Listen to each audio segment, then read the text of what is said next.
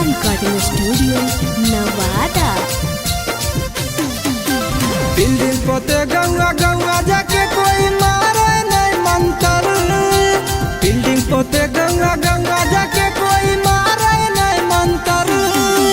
यही से सखी पहना के रखिए रोजऊ के जंतर।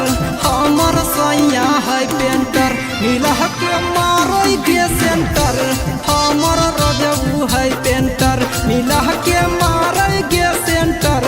हमर सैया है पेंटर।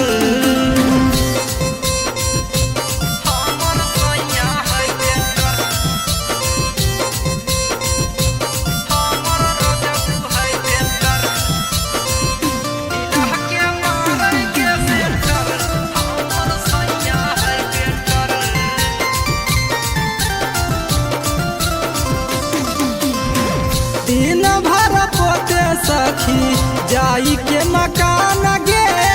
रतिया में पोत दे है हमारो दुकान गे।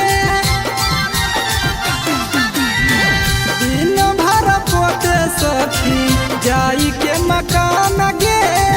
कब कब पोत दे है हमारो दुकान गे।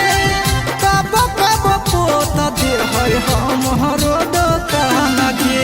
पढ़ल है बिया का कहरा लभ के मैट्रिक नटर।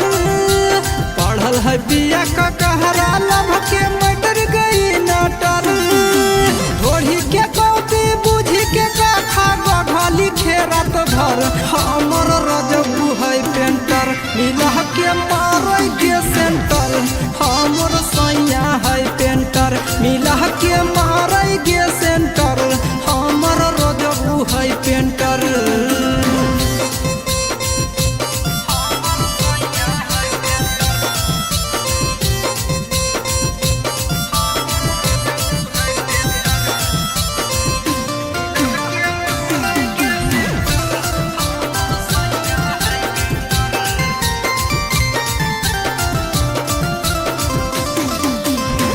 डर लग कर जपेंट खिड़की में लटक के। जबल नया दिल करे धक धक के। डर लग कर जपेंट खिड़की में लटक के। जबल नया दिल करे धक धक के।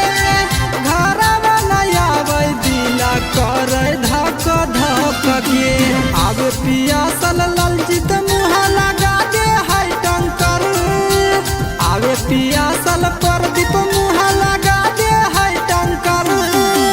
भोरे सवेरे उठ नहीं पाइए कर दे है पंचर। हमर रजबू है पेंटर मिला के मारे के सेंटर।